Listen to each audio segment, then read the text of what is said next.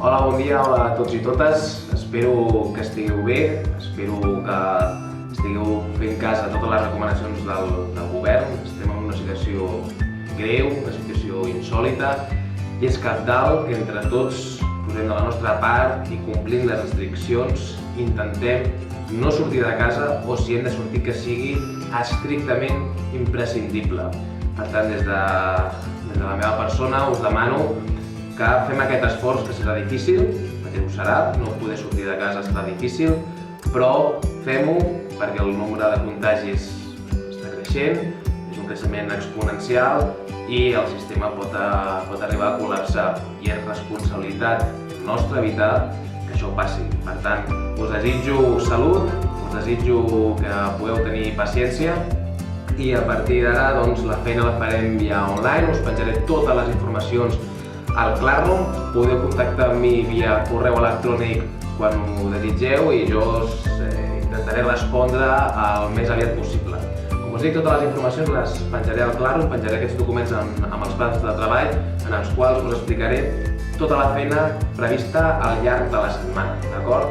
I també us acompanyaré amb un vídeo en el qual us llegeixo una mica el pla de treball que us presento i una mica una explicació oral per part meva que serà potser més fàcil d'entendre que no pas tota una lectura ja que poden generar certs dubtes, d'acord? Bé, de moment coses comunes per tots els grups. Hem de saber que les dates límits d'entrega dels treballs seran els divendres a les 23:59, d'acord? Podeu entregar abans els treballs, però la data límit serà a les 23:59. Són activitats avaluables, són activitats en les quals seguim avançant temari. Per tant, és obligatori fer-ho, d'acord? No hi ha excusa, hem d'estar en contacte via Classroom en tot moment. Llavors, si les feines les teniu abans, les pugeu. Però jo, a partir de dissabte, començaré a comprovar qui ha entregat les feines i a partir d'aquí començarem les correccions, començaré a posar nota. Òbviament, tots els retards seran penalitzats. Bé, a continuació presento la feina de religió i valors de segon A, d'acord? Nosaltres ja hem començat la Quaresma, seguirem treballant la Quaresma. Òbviament aquests temes és molt millor treballar-los tots junts, en els quals podem comentar, podem compartir opinions i sensacions, però no sabem quant de temps estarem en aquesta situació, per tant ho hem de fer de manera individual. Bé, veureu que heu de llegir tot el document, hi ha diferents textos i al llarg del document anireu trobant les activitats que heu de fer.